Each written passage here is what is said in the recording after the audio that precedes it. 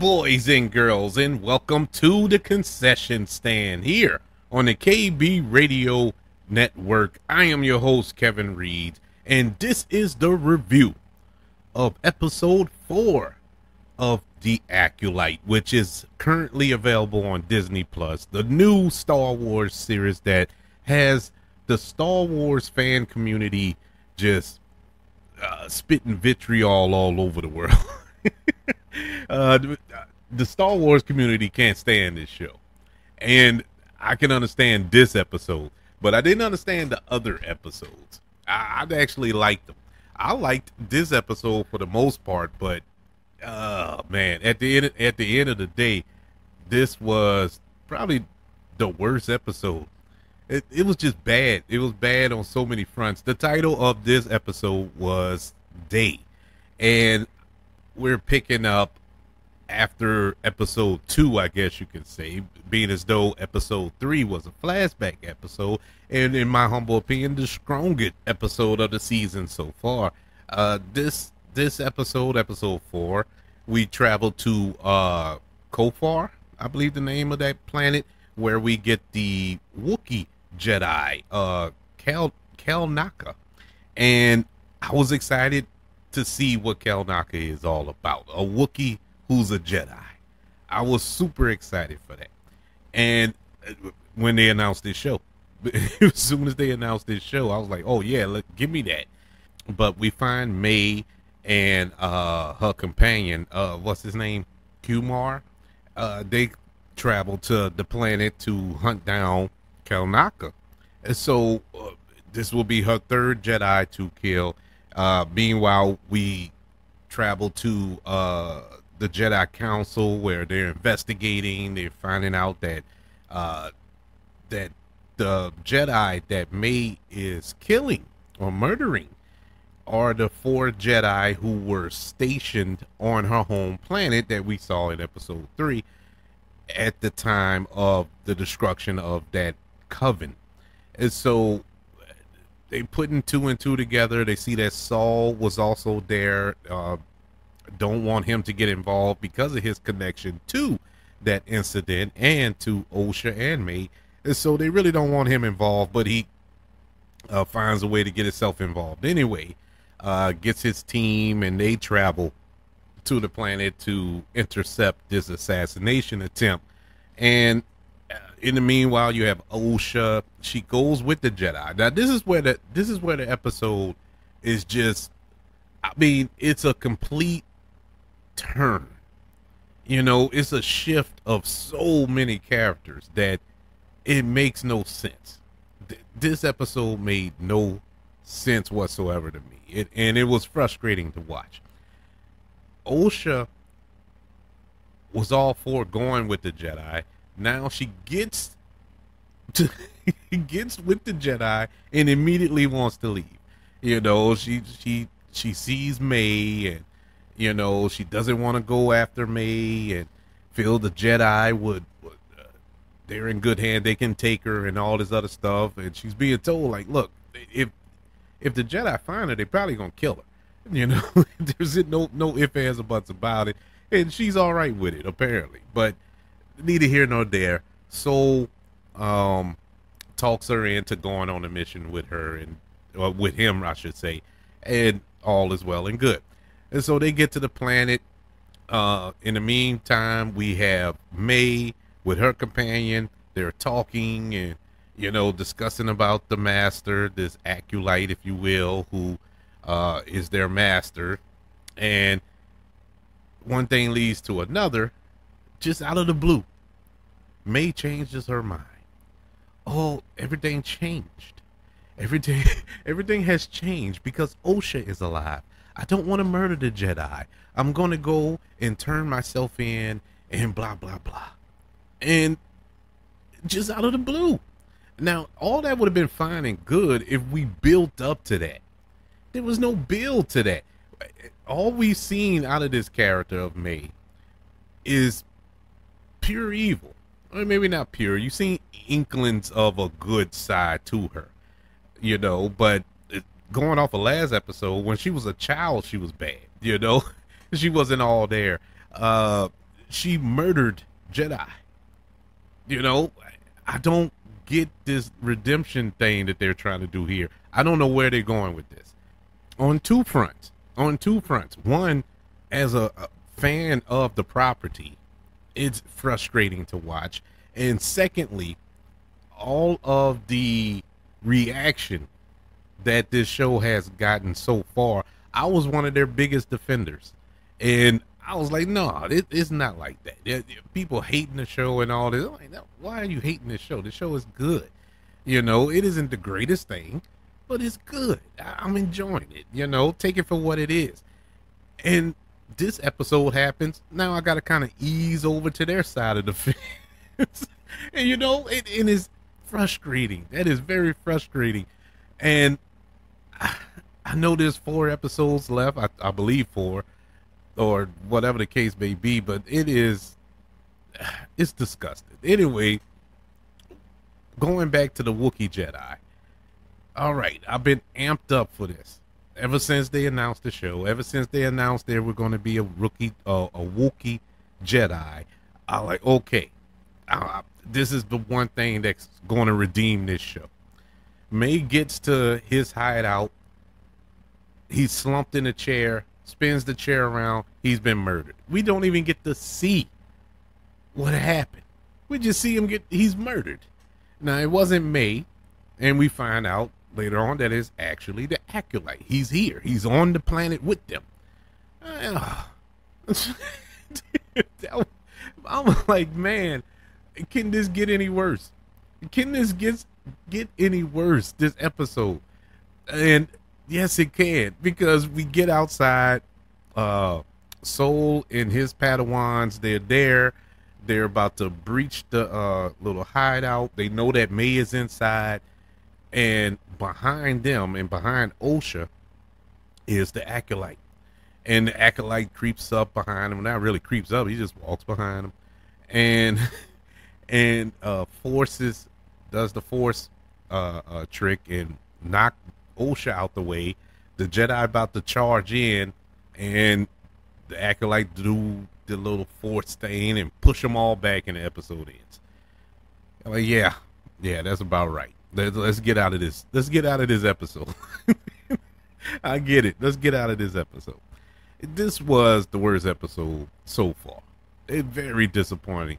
I'm not going to say worse. Let me take that back, because I actually liked some things in this episode. There were some, and I say this with air quotes, redeeming qualities of this episode, but not much.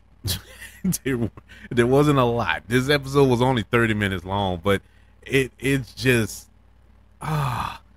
you know, I liked that we saw how powerful this Acolyte is, you know, to do the forceful thing and push back, what was it, about 6 Jedi, you know. That's some power.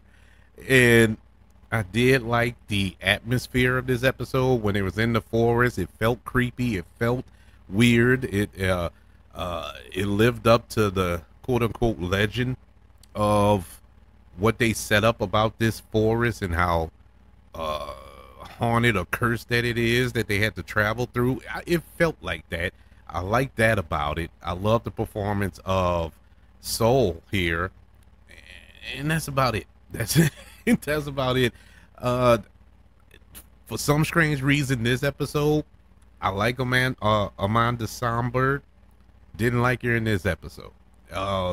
She's playing 2 characters, and the first 2 episodes, you can kind of differentiate the 2, and she did a good job. Not in this episode. They felt like the same person. They felt like the same, even though technically it is, but it felt like the same person. I didn't know if it was May or Ausha in particular scenes. The writing in this episode was pretty bad. You know, it wasn't all that good. Like I said, the story just didn't work as far as the turn, you know, the shift in character development here. It's a TV show. Now, if it was a movie, you can kind of accept it because you only have 2 hours to work with to get a story across.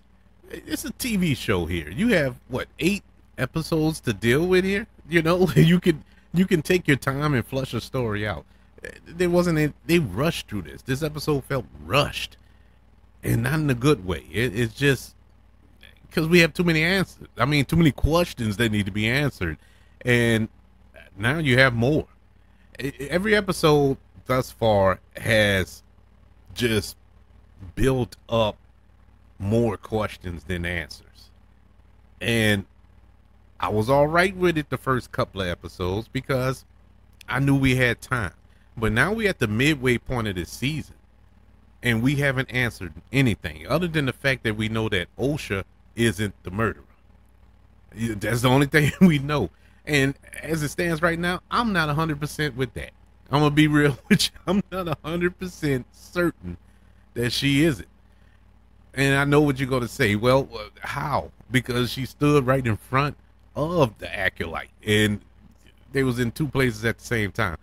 Look, how the Force works and the way that not only this show, but other Star Wars shows have deviated from the source material, nothing would shock me that she could project herself or whatever the case may be.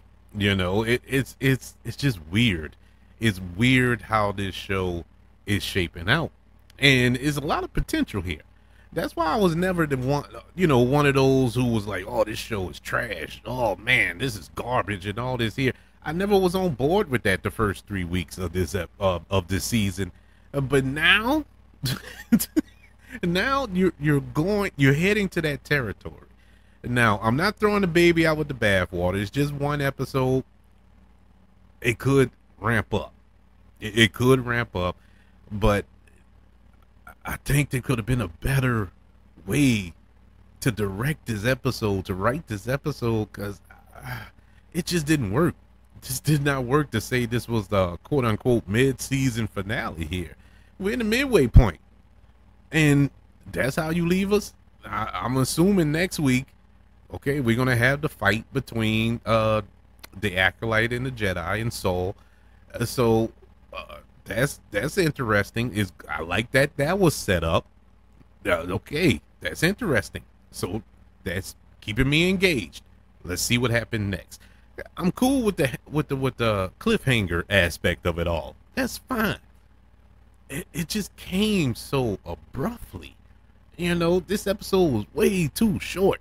Way too short. Maybe it should have been a 45-minute long episode, if not an hour. Maybe Disney Plus mandated them to have 30-minute episodes. I don't know, but it wasn't enough time. This just felt like a particular episode that was cut for time.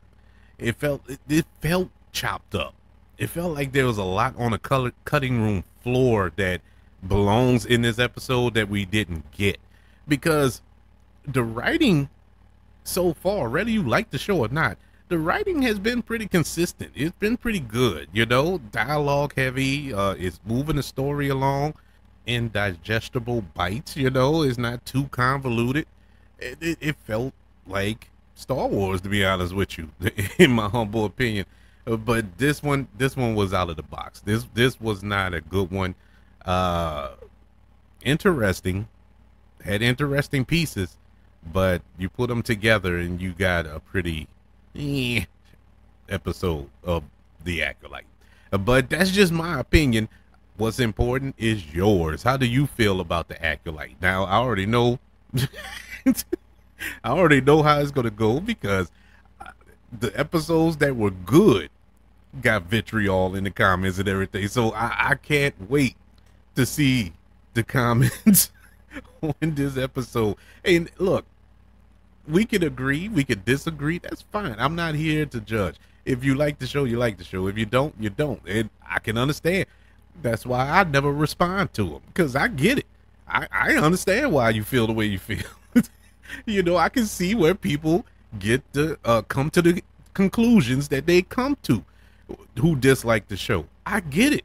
But I just wasn't feeling it then. I'm feeling it now, though. But I want to know, how do you feel about this episode? Or have you checked out on The Acolyte? Are you like, man, I've seen enough? I would love to know.